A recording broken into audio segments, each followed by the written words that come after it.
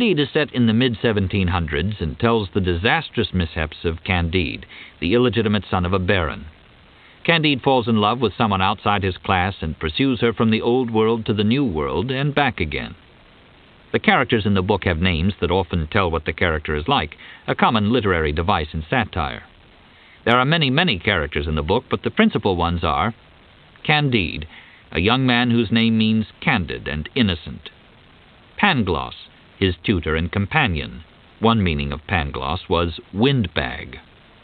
Cunegonde, Candide's beloved and the daughter of a baron. Although there were several medieval queens by the name of Cunegonde, the name was probably chosen because it has an unflattering sexual meaning in the slang of Voltaire's time. Cacambo, Candide's servant from the New World. Once again, there's a scatological meaning to the name, but Cacambo also sounds like the word cocoa, which suggested America to Europeans. This helps define the character as a native of the New World, while inferring his native sexual prowess. And Martin, an elderly pessimist. Now let's go through the story of Candide, starting with the book's opening. Voltaire writes, "In the castle of Baron Thunder Ten Tronckh in Westphalia, there once lived a youth endowed by nature with the gentlest of characters. He combined sound judgment with great simplicity of mind. It was for this reason, I believe, that he was given the name of Candide." In the opening sentence, we hear the first of the book's many superlatives when Candide is called the gentlest of characters. This sets up a tone of optimism. Everything is best in the world that Voltaire draws. We also see a reference to assumptions of the Age of Enlightenment when Candide is described as having sound judgment. That is to say, Candide has reasoning skills. And the reference to Candide's great simplicity of mind could point to another major premise of Enlightenment. The hero is like an innocent newborn, ready to learn the meaning of the world through deductive reasoning. Soon we meet the tutor Pangloss, called the greatest philosopher of the province, and Candide's uncle, a pompous baron who bears a striking similarity to Voltaire's enemy, Frederick the Great. The baron's son, who appears throughout the book, is another self-absorbed royal. Other characters in this first part include the baroness and her daughter, the beautiful Cunegonde. We soon learn Pangloss's philosophy. As the family tutor, he instructs Cunegonde and Candide, who is the illegitimate son of Cunegonde's aunt. Pangloss explains cause and effect in these words: "All things were made for a purpose. Noses were made to carry glasses, and so we have glasses. Legs were intended for pants, and so we wear pants." Here we see a typical use of irony by Voltaire, who takes a logical thought to a ridiculous extreme. Pangloss instructs Cunegonde and Candide to look for cause and effect in their homes, which he calls the best of all possible worlds. One day, as Cunegonde walks near the castle, she sees Pangloss in the bushes, giving a lesson in experimental physics to her mother's chambermaid. Here's how Cunegonde interprets her tutor's encounter with the chambermaid, to quote Voltaire. "Since Lady Cunegonde was deeply interested in the sciences, she breathlessly observed the repeated experiments that were performed before her eyes. She clearly saw the doctor's sufficient reason and the operation of cause and effect." After seeing them together, Cunegonde decides to perform her own experiments with Candide. But her father, the baron, discovers them together, and he throws Candide out of this best of all possible worlds. This is Cunegonde and Candide's reward for pursuing scientific methods of discovery.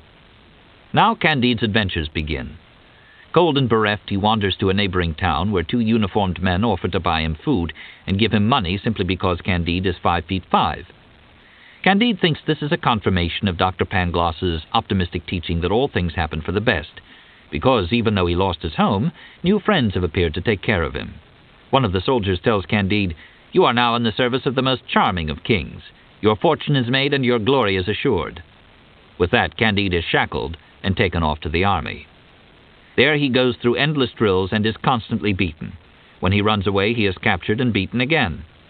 Through the kind of coincidence that fills this book and gives it an unreal sense of comedy, the king of the Bulgarians appears during Candide's beating and pardons him so that Candide can live to join the Bulgarians in a bloody war against the Iberians.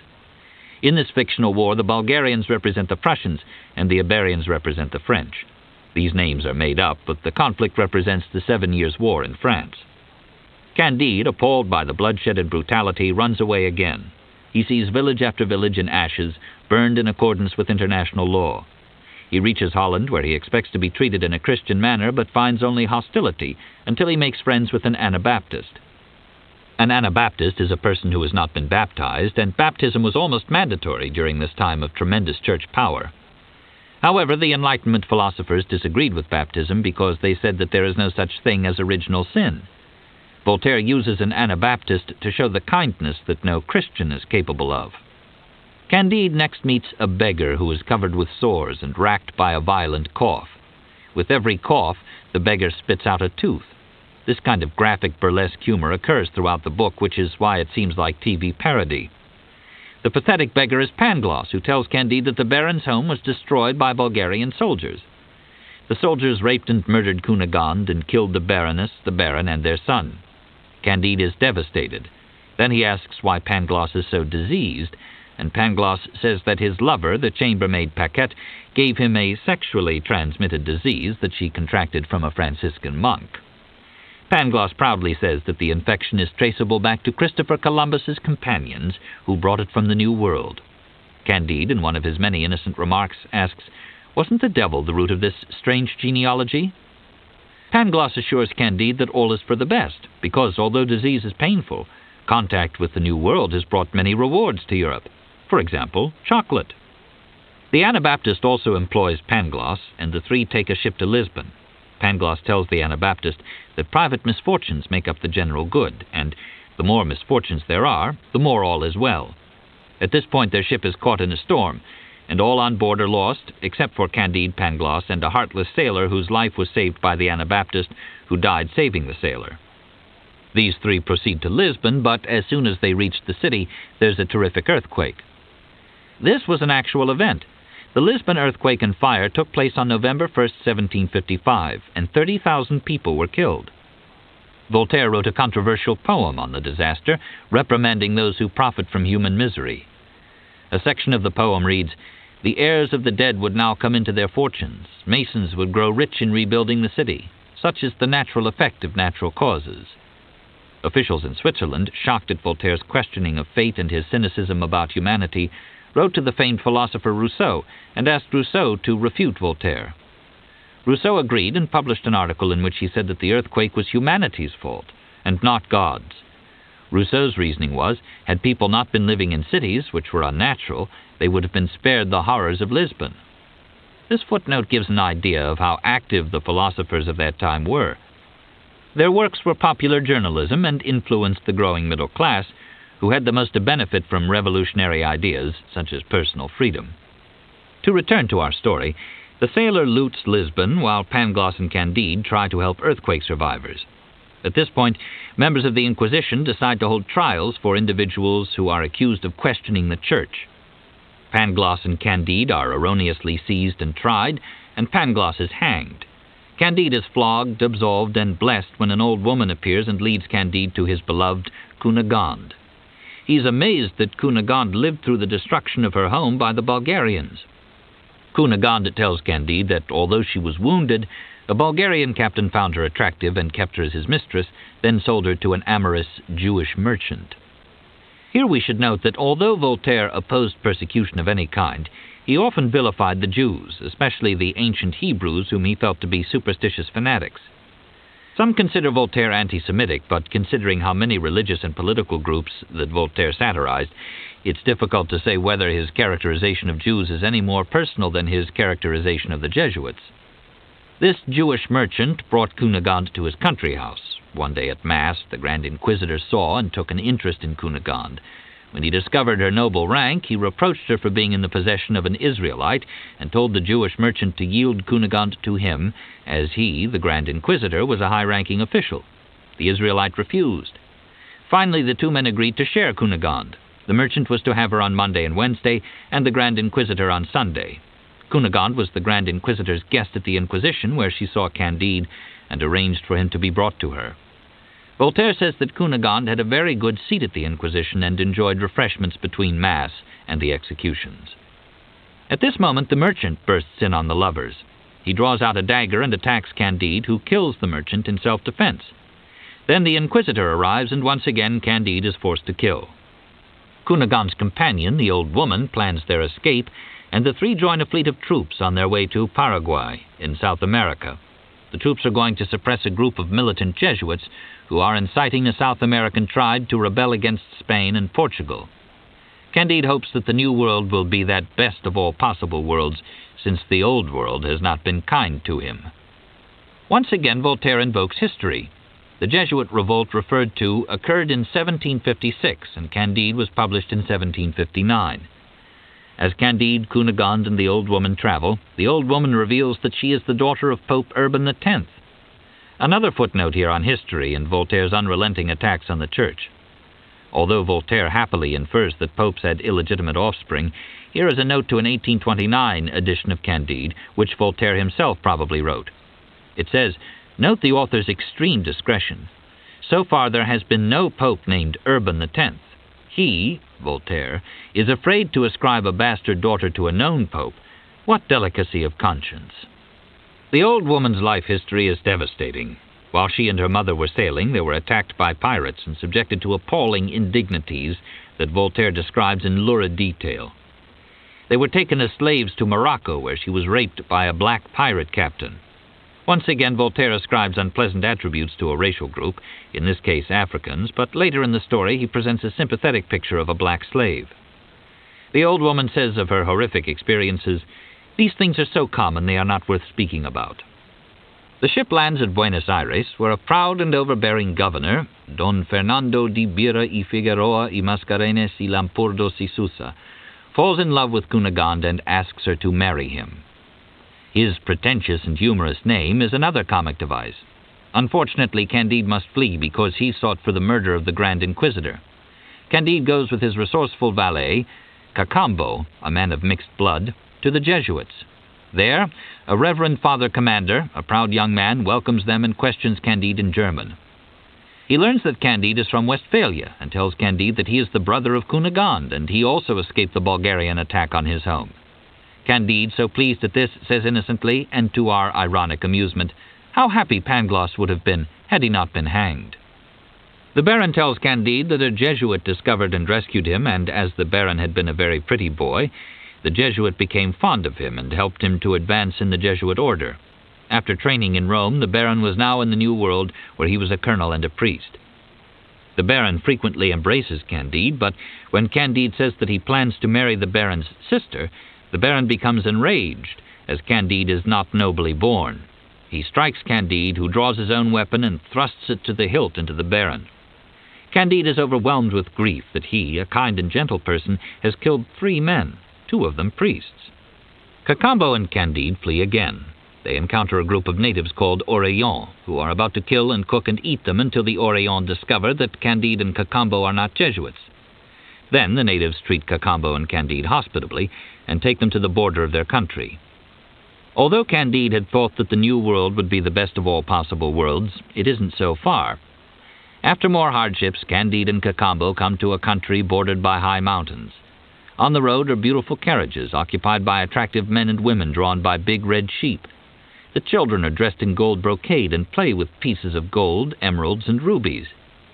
Candide and Cacambo are treated kindly in this land, which is called El Dorado. Candide knows that they found the one country where all is best. He also realizes that, despite what Pangloss said, things were pretty bad in Westphalia. Candide explores El Dorado and finds that it was an ancient Inca kingdom, but many Incas left it to conquer another part of the world and were themselves destroyed by Spaniards. A wise Inca prince stayed in El Dorado and, through popular consent, ruled that no one else should leave. This is how the people's innocence and happiness were preserved. Cacambo and Candide discover that Sir Walter Raleigh tried unsuccessfully to reach El Dorado 100 years before. Only its natural barriers protected El Dorado from European invasion. The El Doradans worship God, but they don't pray to him to ask for anything because they have all they need.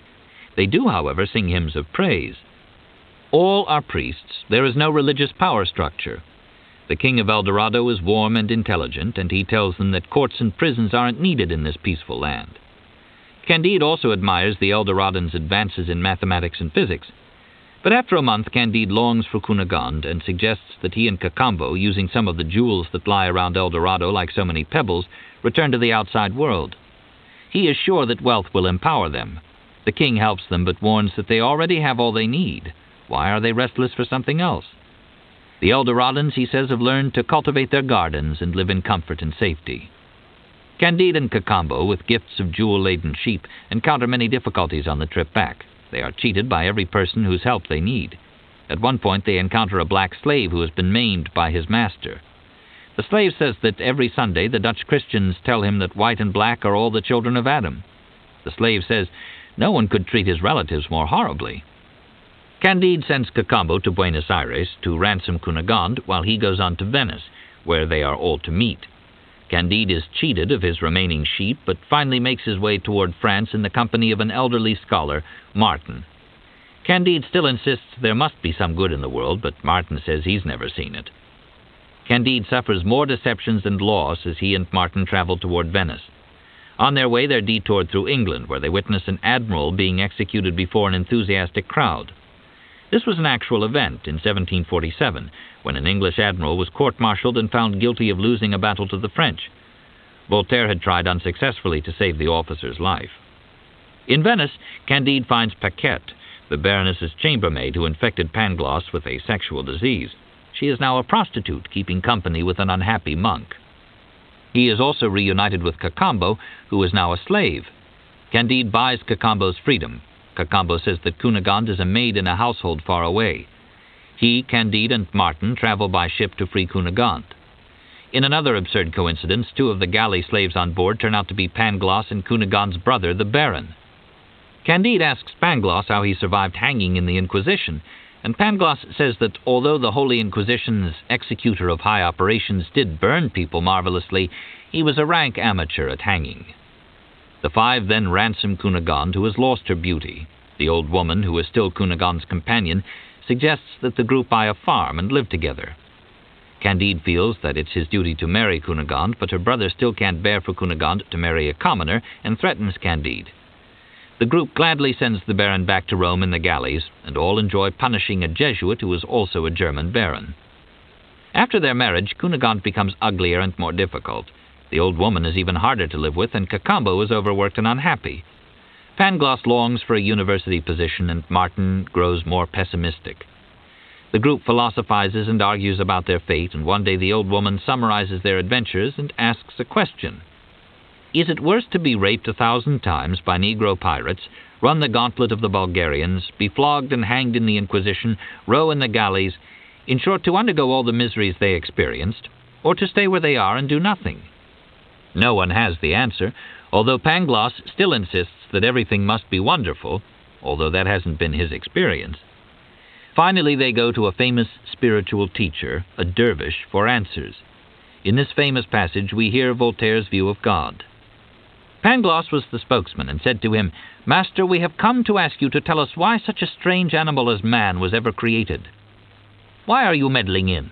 said the dervish. "Is that your business?" "But, Reverend Father," said Candide, "there is a horrible amount of evil on earth." "What does it matter," said the dervish, "whether there is evil or good? When His Highness sends a ship to Egypt, is he bothered about whether the mice in the ship are comfortable or not?" "Then what should we do?" said Pangloss. "Hold your tongue," said the dervish. As we near the end of the book, Martin says to Candide, "Let us work without reason. It is the only way to make life bearable." But Pangloss, still the optimist, says, "All events are linked up in this best of all possible worlds. For if you had not been expelled from the noble castle by hard kicks on your backside for love of Mademoiselle Cunegonde, if you had not been clapped into the Inquisition, if you had not wandered about America on foot, if you had not stuck your sword in the Baron, if you had not lost all your sheep from the land of El Dorado, you would not be eating candied citrons and pistachios here." Candide, who has lost the optimism that carried him through 1,000 indignities, replies, "That's well said, but we must cultivate our garden." Here the book ends. Is Candide now a pessimist who wants to tend his garden and not try to improve his lot? That's very different from the belief reflected in the United States Declaration of Independence, written less than 20 years later, that one aim of life is the pursuit of happiness. What did Voltaire believe, and how have Candide's readers through the centuries reacted to his cynical masterpiece? Voltaire knew that Candide would shock many readers, as it still can, but the book was a huge success. 43 editions of it appeared between 1759 and 1789, and at least part of its popularity must be due to Voltaire's writing style. The book rushes furiously forward, event after event, only slowing down to make a social statement. As you've heard, there's nothing pretentious about the writing. Sentences are short, straightforward, and funny. We laugh uneasily at Voltaire's exaggeration and understatement.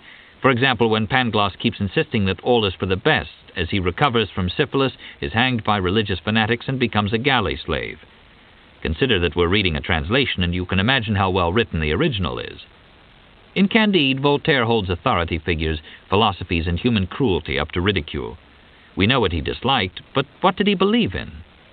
First, Voltaire believed in a God who was removed from everyday life, a God who set up natural law, then left humanity to fend for itself.